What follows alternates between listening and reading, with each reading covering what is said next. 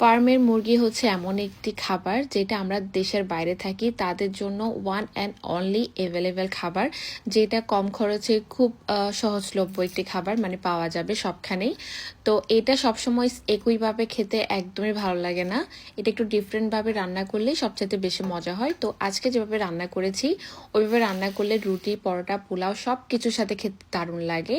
ফার্স্টে প্যানে তেল গরম করে নিয়েছি, তারপর তেজপাতা, কিছু রং এলাচ আর কিছু গোলমরিচ দিয়ে দিয়েছি। তারপর হচ্ছে এখানে একটি পেঁয়াজ কুচি করে দিয়েছি, পেঁয়াজটা যখন সফট হয়ে আসছে তারপর এখানে দিয়ে দিলাম কিছু চিকেন, এই রেগুলার কাট করা চিকেন আর একটু ছোটো করে কেটে নিয়েছি। তারপর চিকেনের যখন কালারটা চেঞ্জ হয়ে আসছে এখানে একটি টমেটো দিয়ে দিলাম, সাথে 2 চামচ আদা রসুন পেস্ট দিয়েছি। এবার সব কিছুকে নেড়েচেড়ে রান্না করে নিতে হবে। আমি ঢেকে 2-3 মিনিটের মতো এটাকে রান্না করব যাতে টমেটো আর পেঁয়াজটা একটু সফট হয়ে আসে। তারপর দিয়ে দিব পরিমাণ মতো লবণ, লবণটা আপনাদের স্বাদ অনুযায়ী দিয়ে দিবেন। আমি এখানে 1 চামচের মতো ইউজ করেছি।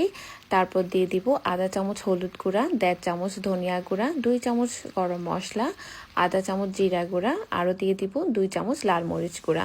এবার সব কিছু একটু নেড়েচেড়ে মিশিয়ে নিচ্ছি। যখন ভালো করে মেশানো হয়ে যাবে এবার এটাকে কষাতে হবে। আমি আরও 2-3 মিনিটের মতো ঢেকে এটাকে কষিয়ে নিয়েছি। কষানো হয়ে গেলে ঢাকনাটা সরিয়ে এখানে হচ্ছে ডাল দিয়ে দিয়েছি।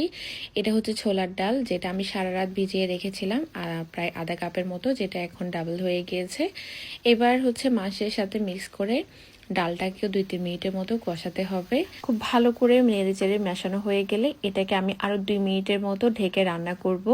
যখন দেখব ডালটা খুব ভালো করে মাছের সাথে কষানো হয়ে গিয়েছে তারপর ঢাকনাটা সরিয়ে নিচ্ছি। এবার আমি এখানে দিয়ে দিব পানি। পানিটা হচ্ছে যে যার পছন্দ মতো দিয়ে দিবেন, যে যেমনটা ঝোল খেতে পছন্দ করেন। আমার কিন্তু এই রান্নাটা একদম মাখো করে রান্না করলে, মানে মাখা মাখা করে রান্না করলে বেশি ভালো লাগে, তাই আমি এখানে 1 কাপের মতো পানি দিচ্ছি। 1 কাপ পানিতে কিন্তু ডালটা খুব ভালো করে সেদ্ধ করা হয়ে যাবে। তো পানিটা দিয়ে সব কিছু নেড়ে চেড়ে এটাকে ঢেকে রান্না করব, আর মাঝখানে একটু নেড়ে দিবেন, দেখতে হবে ডালটা সেদ্ধ হয়েছে কিনা। তো আমার প্রায় 20 মিনিটের মতো লেগেছে ডালটা সেদ্ধ হতে। আবার সব কিছু একটু নেড়ে চেড়ে নিচ্ছি। এখন দেখেন কত সুন্দর কালার হয়েছে। এবার হচ্ছে কিছু ফ্রেশ ধনিয়া পাতা কুচি করে উপরে দিয়ে দিলাম, আর ধনিয়া পাতা দেওয়ার পরে এটা আরও বেশি লোভনীয় লাগছে।